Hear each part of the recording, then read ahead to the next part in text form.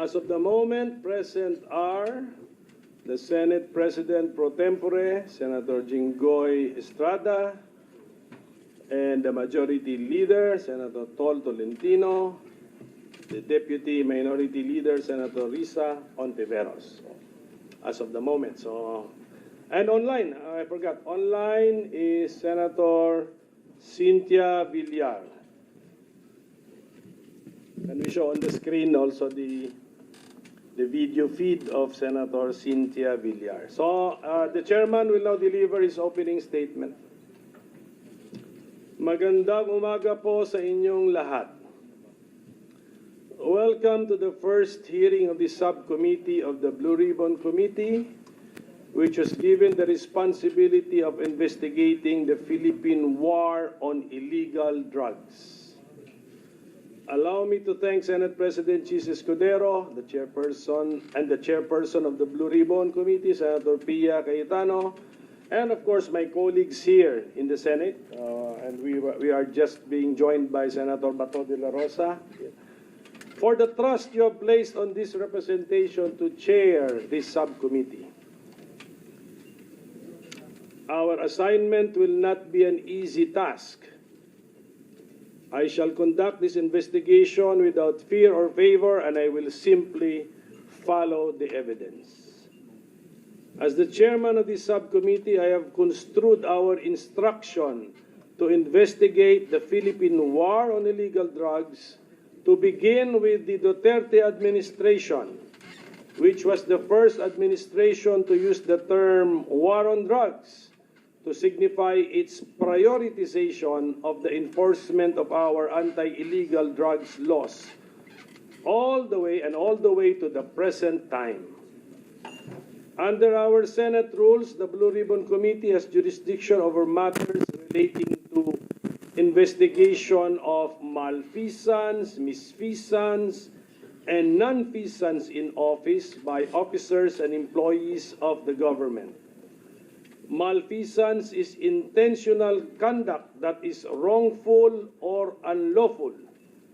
Non-feasance is failure to act where there was a duty to act. Misfeasance is conduct that is lawful but harms another person due to carelessness or an accident. Therefore, with the permission of my colleagues, I want to start our investigation by examining first the Duterte administration's enforcement of our anti-illegal drugs laws. How effective was the Duterte administration's war on drugs?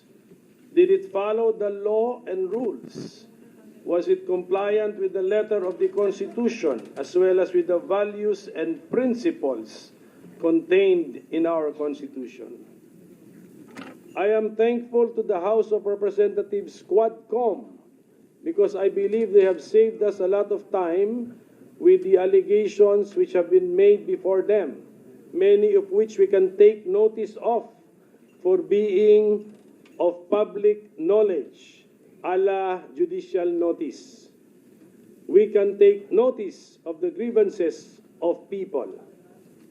Our hearings will be an opportunity for those who have been accused of malfeasance, misfeasance, or non-feasance, or even just put in a bad light to respond to the allegations should they wish to do so.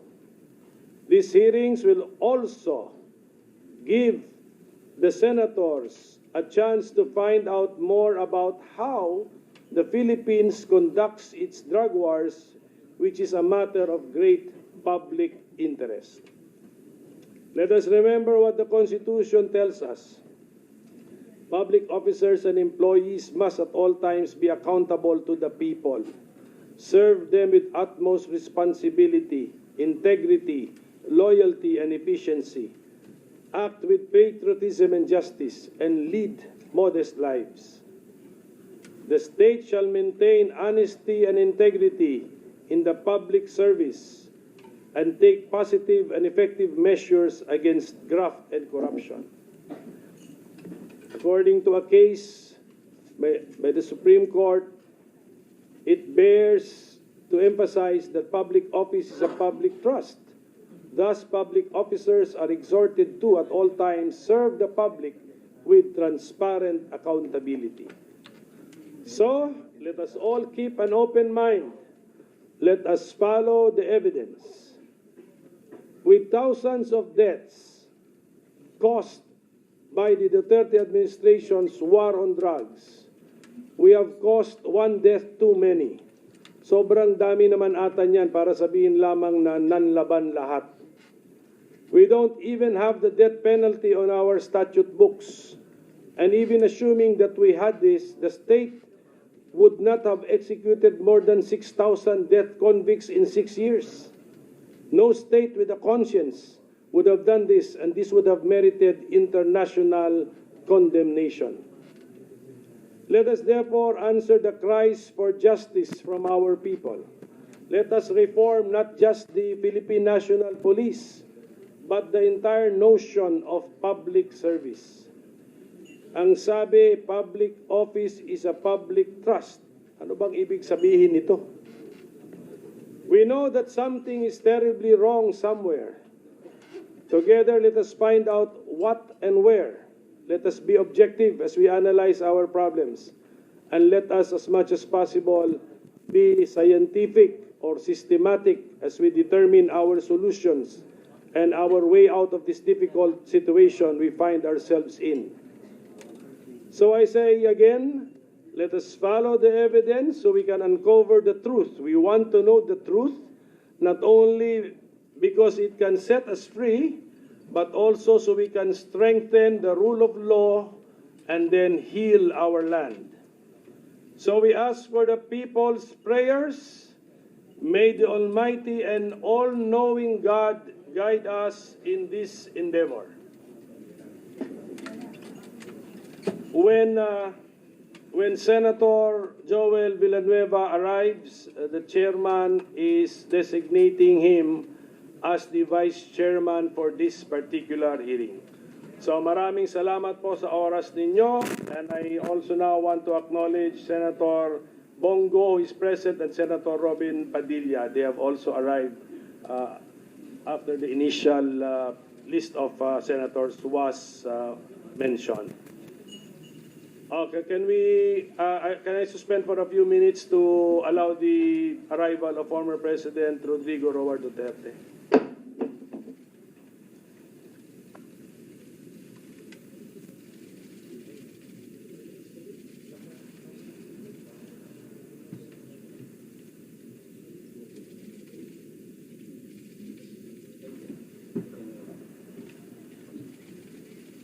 Okay, we will also, to give the other invitees time to come in, we will now allow, the chair will now allow his colleagues in the subcommittee to deliver their opening statements, and we will follow the order of arrival.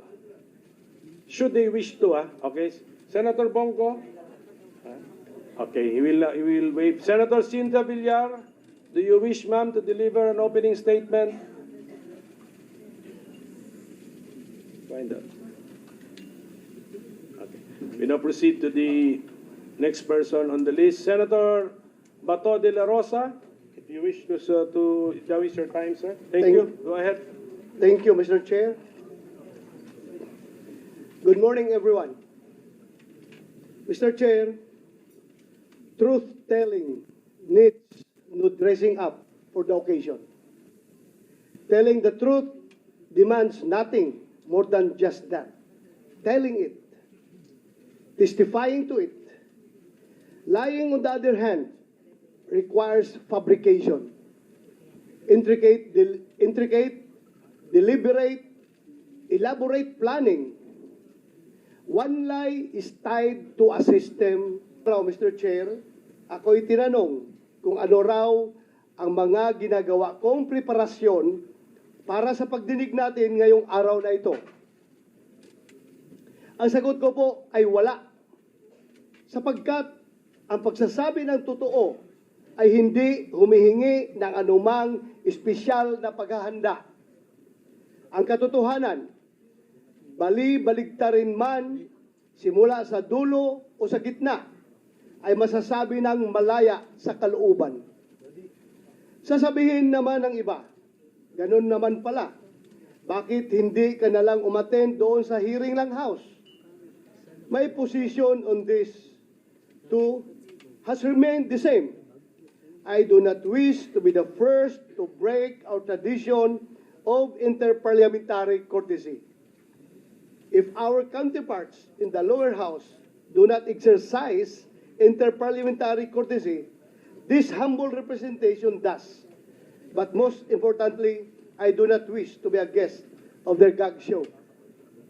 Mr. President, kung ako ay makasarili lamang, kung ako ay swapang na tao, unang pagtawag pa lang nila, nandoon ako mag-attend to clear myself. But because I am a member of the Senate, I have to protect the tradition that is being observed by this institution. Kaya hintayin na lang nila, Mr. President, pag hindi na ako senador, I will be there every day. Kung gusto po nila, doon ako tumira sa kanila. Pero sa ngayon, ako senador pa, please naman, sana respetuhin nila yung ating interparliamentary courtesy. Ayaw kong magiging president, Mr. President. Pagdating ng araw, in the future, lahat ng mga senador na mabubwisit sa kakatawag sa kanilang pangalan kapag ang kanilang pangalan ay na-implicate sa investigation na ginagawa ng other house, ay punta na lang ng punta at wala nang magawa na legislation. Kaya po ako naririto ngayon, hindi lamang bilang isang vice chairperson ng committee ito, kundi bilang isang resource person. As a former PNP chief during the Duterte administration, I have been tagged multiple times as the face of the war on drugs. The same war on drugs openly supported by both the Senate and the House of Representatives, and of course supported by our people. Perhaps I am one of the best persons to contribute to today's discussion. I am here, Mr. Chair, to tell the truth, and as I do so, witness the web of lies come undone, one thread at a time. Today, I say duty calls. My duty to the truth and nothing but the truth. So help me God. Daghang salamat, Mr. Chair. Thank you, Senator De La Rosa. The chairman apologizes for forgetting our tradition here in the Senate that the Senate officers, when they are present, they are given priority in line, Mr. President, ladies and gentlemen. So, let me now recognize our Senate President Pro Tempore, Senator Estrada, if he cares to deliver his opening statement. Thank you, Mr. Chair. Good morning, Mr. Chair, my esteemed colleagues, and to all our resource persons, particularly former President Rodrigo Roa Duterte. First and foremost, I would like to commend this subcommittee for its immediate action to discuss this pressing issue that has shaped our nation's landscape, the Philippine War on Illegal Drugs. The War on Illegal Drugs campaign, which was started to fight the drug problem that jeopardizes our community's safety and well-being, has generated a lot of discussion about its strategies and ramifications. Hindi mapagkakaila na ang inisyatibo ito ay nagpalawak ng kamalayan ng publiko hinggil sa malaking problema sa illegal na droga at sa mga panganib na dulot nito na nagbunsod ng mas mataas na pag-iingat sa ating mga komunidad.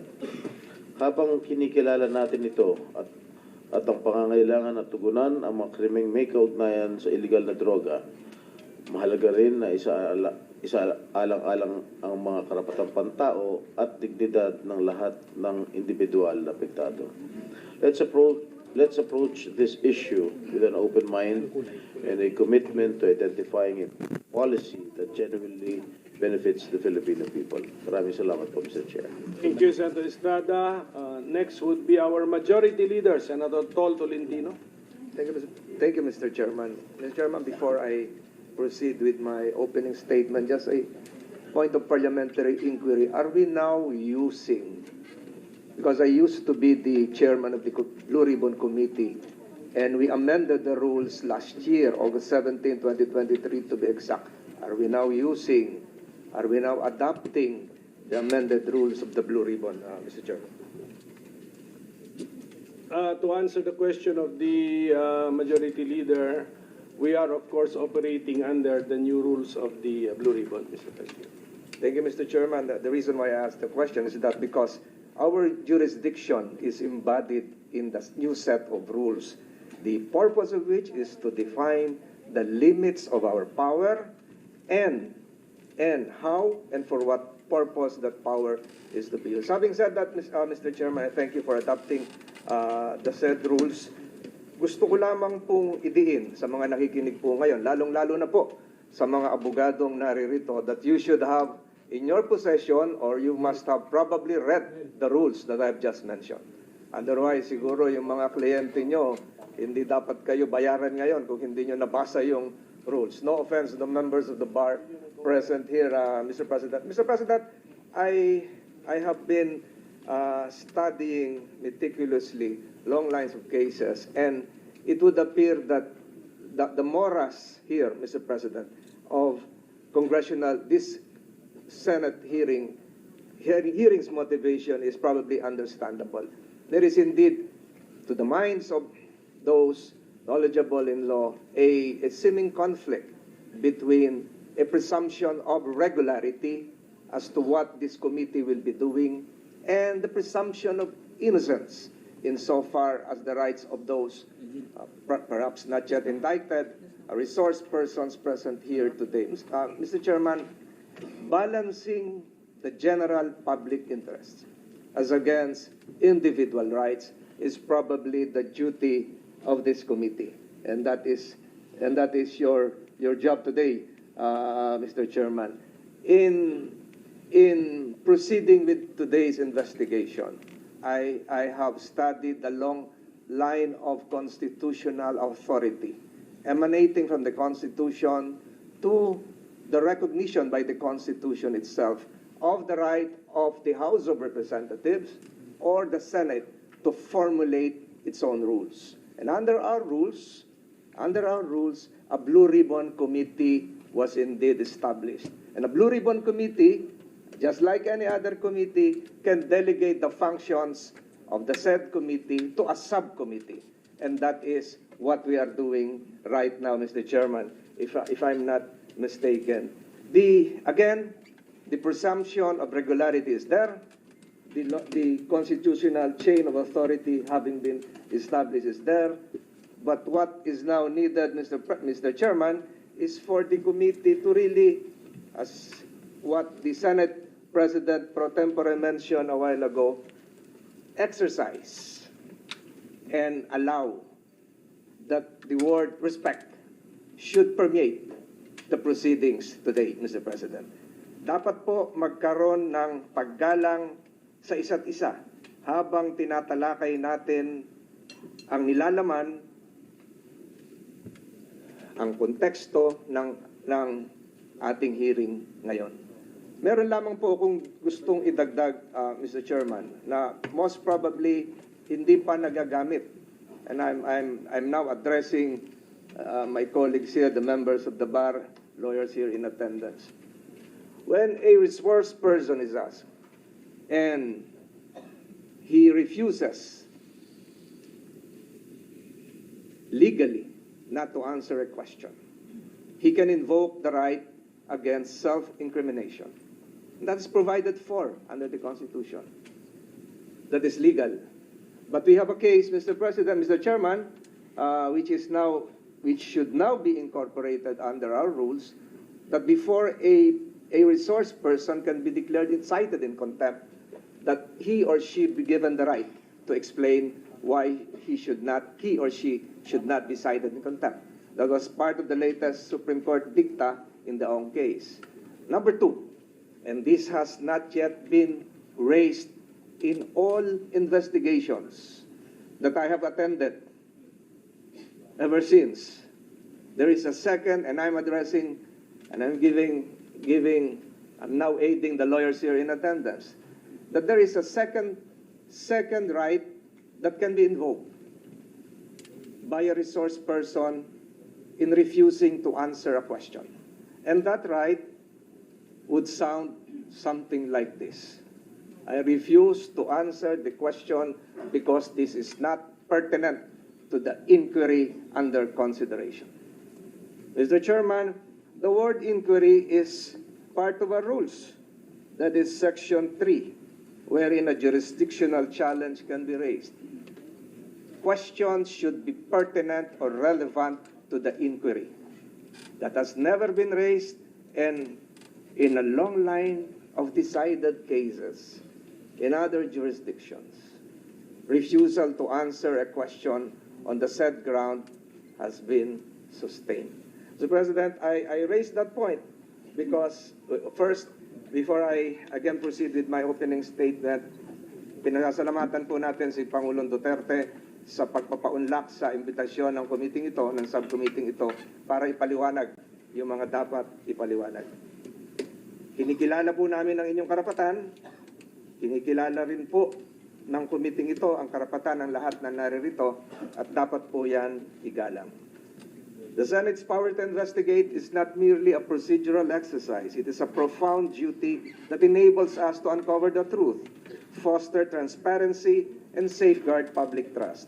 Yet, in our pursuit of the truth, we are guided by the unyielding principles of the Bill of Rights, a cornerstone of our democracy that protects the freedoms and dignity of every Filipino. Yun po yung sinabi ko kanina. Mahirap yung trabaho ng chairman dito ng committee ito to balance public interest as against individual rights. The Bill of Rights ensures that even as we seek accountability, no individual rights to due process, protection from self-incrimination, nor presumption of innocence is compromised.